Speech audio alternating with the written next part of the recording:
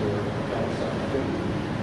And he is an assistant professor of the Department of Internet and Things and Engineering at Untitled University in Korea. He's going to be speaking on design of assemblies, citizen participation, environment, community service, and the program. Received his PhD in computer science in February 2003 at our lab in AirScope. He is a current research activities focused on context and machine modeling, building believable experiences in virtual environments, and managing multimedia contents in ubiquitous environments. So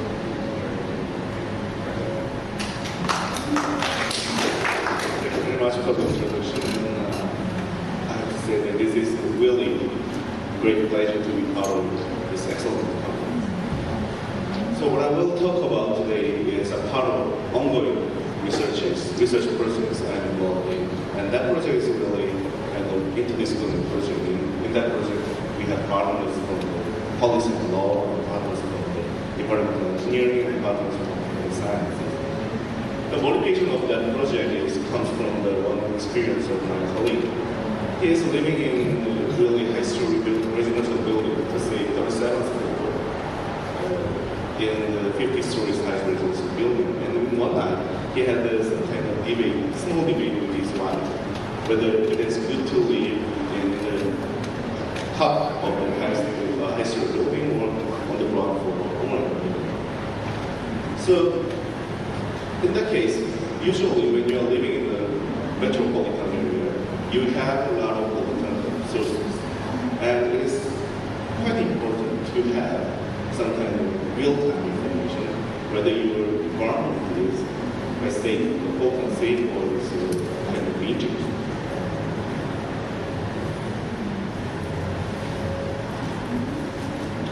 Actually, there is a lot of local governments, including Seoul, that provides this kind of web-based real-time monitoring system. And so they provide, they have 27 air quality monitoring centers all across the city, and that quality, that result is actually published on the web, and people can actually see whether their area is safe for some kind of specific pollutants or not.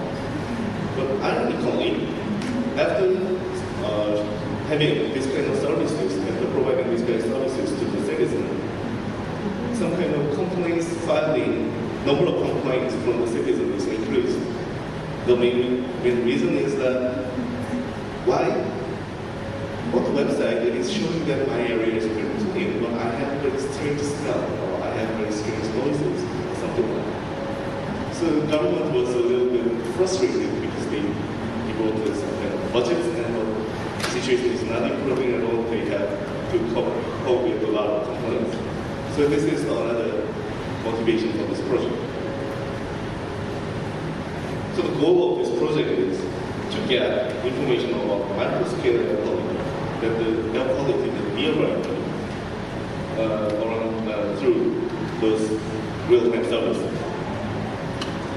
So let's look into current air quality monitoring system.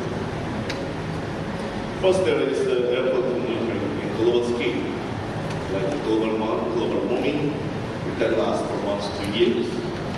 Second, there is the air quality monitoring on modeling system in continental outside scale, like the Asian burst or something, hurricane or something, that lasts 2 weeks.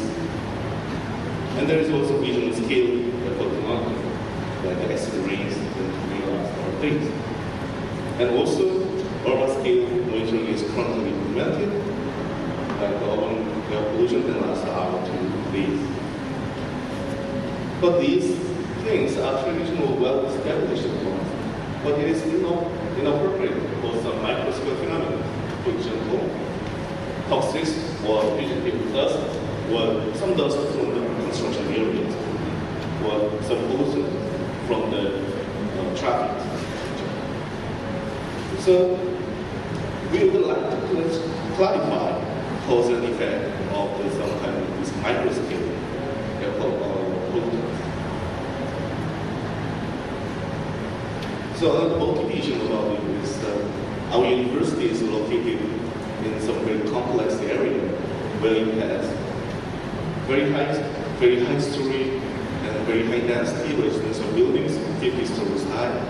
And we also have very crowded commercial area, and also we have big hospital. And in this area, we also have some senior towns, where seniors living for their life.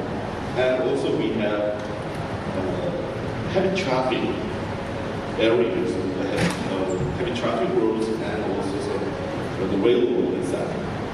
And also it has parks and campus, university campus, which also serves as park.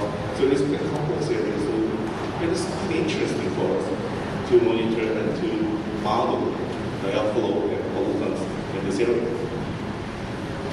So this is the example of Seoul City. And in this map, what you can see as a red dot is currently installed air quality monitoring system. We have 27 installations. But with this installation, it is very hard to capture the real-time pollution coming from construction fields, or to analyze the effect of complex as present patterns due to high-rise buildings.